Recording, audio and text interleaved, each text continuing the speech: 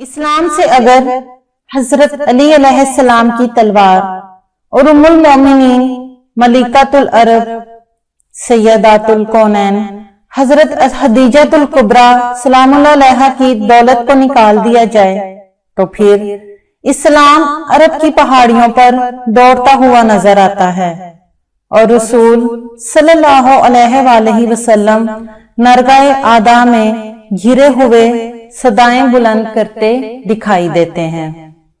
اس لیے نبی پاک صلی اللہ علیہ وآلہ وسلم نے اسلام کی ان دو عظیم ہستیوں کا شکریہ ان الفاظ میں ادا کیا ہے۔ دین اسلام کو استحکام اور جو مضبوطی نصیب ہوئی ہے یہ نتیجہ ہے علی علیہ السلام کی تلوار اور خدیجہ سلام اللہ علیہ کی دولت کا۔ اسی طرح ایک اور حدیث جس کو تمام مسالک کے دیانتدار علماء نے تسلیم کیا ہے یہ ہے کہ رسول پاک صلی اللہ علیہ وآلہ وسلم نے ارشاد فرمایا کہ کائنات کی تمام عورتوں میں سب سے بہتر 4 عورتیں ہیں: مریم بنت عمران سلام اللہ علیہ، آسیہ سلام اللہ علیہ زوجہ فرعون، خدیجہ بنت-e-Khuwaylid اور فاطمہ بنت محمد صلی اللہ علیہ وآلہ وسلم۔ حضرت خدیجہ سلام اللہ علیہ عرب کے قبیلہ قریش کی ایک مالدار خاتون تھیں۔ آپ کا شجرہ نسب والد کی طرف سے یہ تھا: جناب خدیجہ بنت-e-Khuwaylid بن اسد بن عبد العزیٰ بن قصہ بن کلاب۔ قصہ بن کلاب رسول اکرم صلی اللہ علیہ وآلہ وسلم کے چوتھے جد امجد تھے۔ رسول پاک صلی اللہ علیہ وآلہ وسلم اور جناب خدیجہ سلام اللہ علیہ کا خاندان ایک ہی تھا۔ والدہ کی جانب سے بھی جناب خدیجہ سلام اللہ علیہ کا سلسلہ نسب حضور پاک صلی اللہ علیہ وآلہ وسلم کے 8ویں جد امجد سے مل جاتا ہے۔ حضرت خدیجہ تل کبریٰ سلام اللہ علیہ مکہ میں پیدا ہوئیں۔ روایات میں مشہور ہے کہ حضرت خدیجہ سلام اللہ علیہ رسول پاک صلی اللہ علیہ وآلہ وسلم سے 15 برس بڑی تھیں، کیونکہ روایات کے مطابق نکاح کے وقت حضور پاک صلی اللہ علیہ وآلہ وسلم کی عمر 25 برس اور جناب خدیجہ سلام اللہ علیہ کی عمر 40 برس تھی، مگر بعض روایات کے مطابق بی بی کی عمر نکاح کے وقت 28 برس اور نبی پاک صلی اللہ علیہ وآلہ وسلم کی عمر 25 برس تھی۔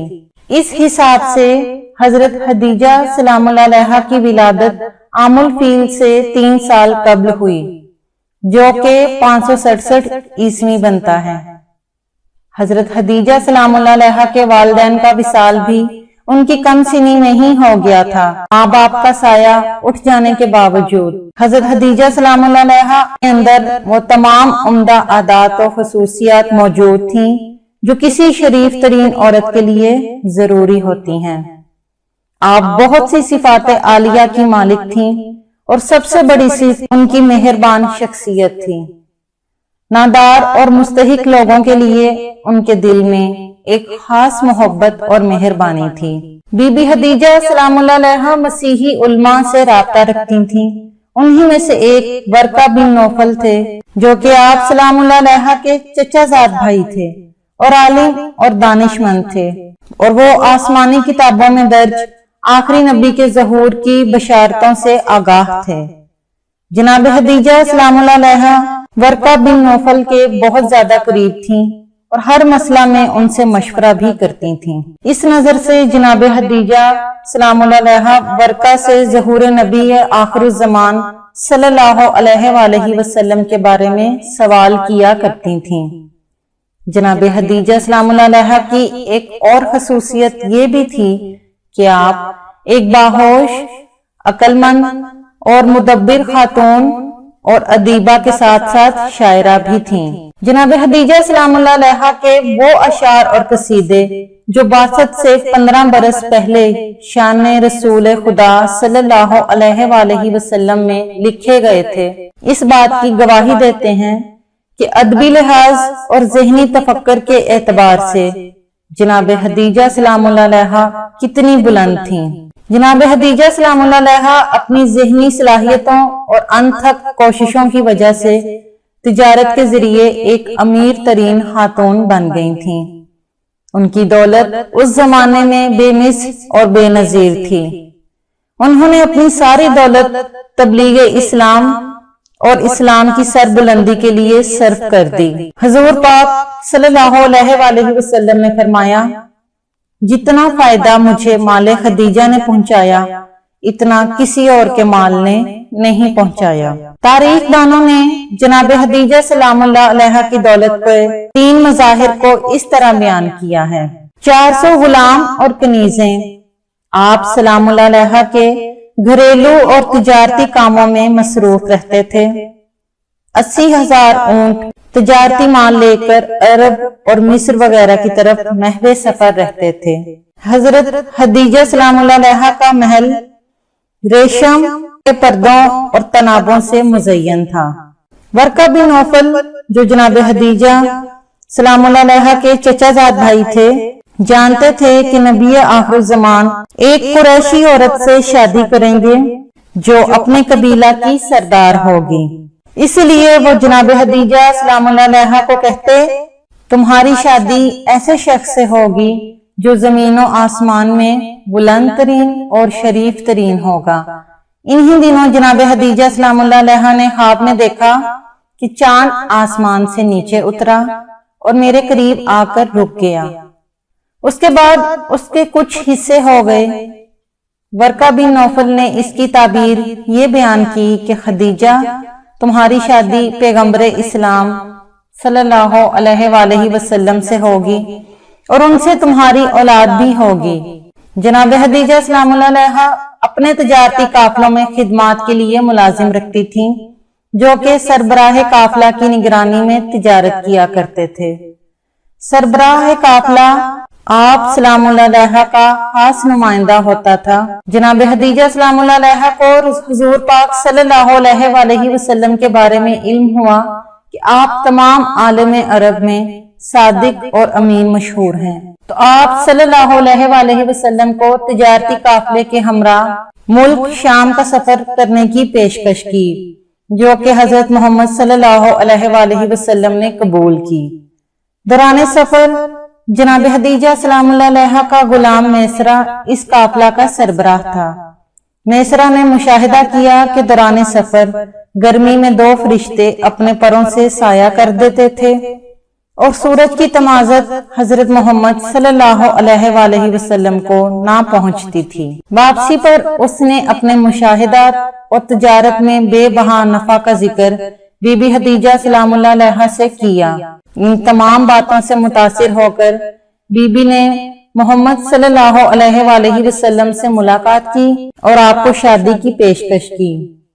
اس پر حضرت محمد صلی اللہ علیہ وآلہ وسلم اپنے چچا حضرت ابو طالب علیہ السلام کو ان کے گھر لائے۔ جناب خدیجہ سلام اللہ علیہ ان کو اپنے چچا زاد ورقہ بن نوفل کے پاس لائیں اور کہا کہ میرا نکاح محمد صلی اللہ علیہ وآلہ وسلم سے کر دیں۔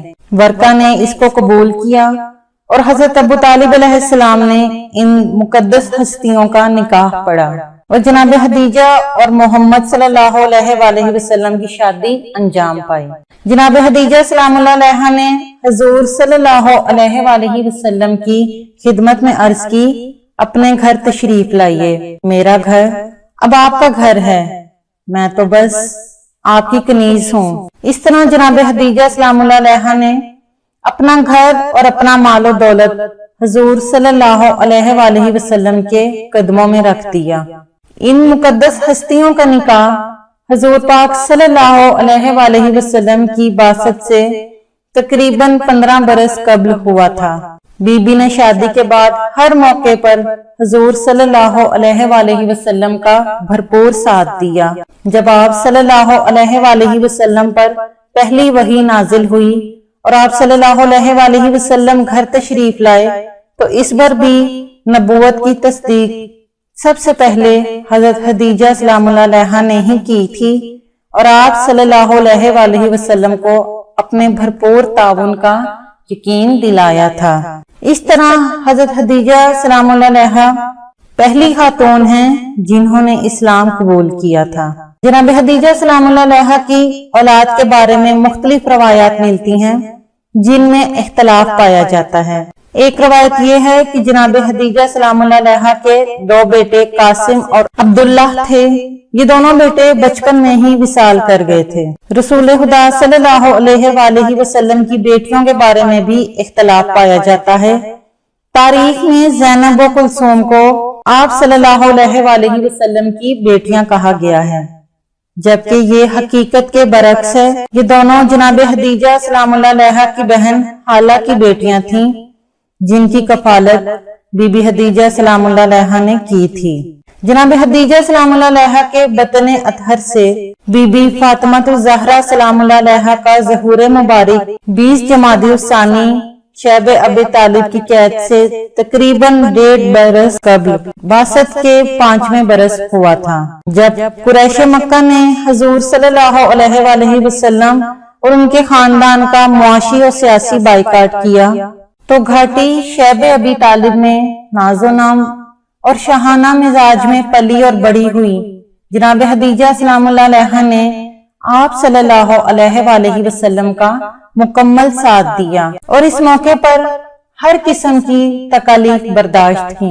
کوئی بھی دکھ آپ سلام اللہ علیہ کو حضور صلی اللہ علیہ وآلہ وسلم سے جدائی پر مجبور نہ کر سکا، اور ان تمام تکالیف کا جناب خدیجہ سلام اللہ علیہ نے نہ صرف مقابلہ کیا بلکہ نبی پاک صلی اللہ علیہ وآلہ وسلم کو بھی تسلی دیا کرتی تھیں۔ محاصرہ شیب ابی طالب ختم ہونے کے وقت حضرت ابو طالب علیہ السلام اور حضرت بی بی خدیجہ سلام اللہ علیہا دونوں بستر مرگ پر پہنچ چکے تھے اور روایات کے مطابق کچھ ہی دنوں یا مہینوں کے وقفہ کے بعد رحلت فرما گئے تھے۔ جناب خدیجہ سلام اللہ علیہا کا وصال 10 رمضان المبارک بعثت کے 10ویں سال ہوا تھا، اور اس سال کو نبی پاک صلی اللہ علیہ وآلہ وسلم نے عام الحزن قرار دیا تھا، کیونکہ 2 محبوب ہستیوں کی جدائی کی وجہ سے آپ صلی اللہ علیہ وآلہ وسلم کو بہت زیادہ دکھ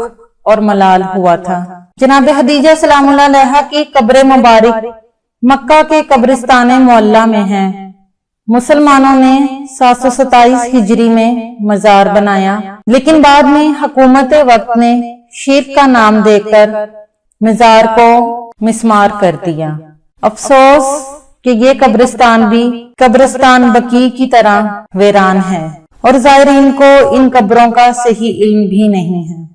خدائے بزرگ کے ہزاروں سلام آپ سلام اللہ علیہ پر، اے خاتون وفا، اے اثار و قربانی کا مجسم۔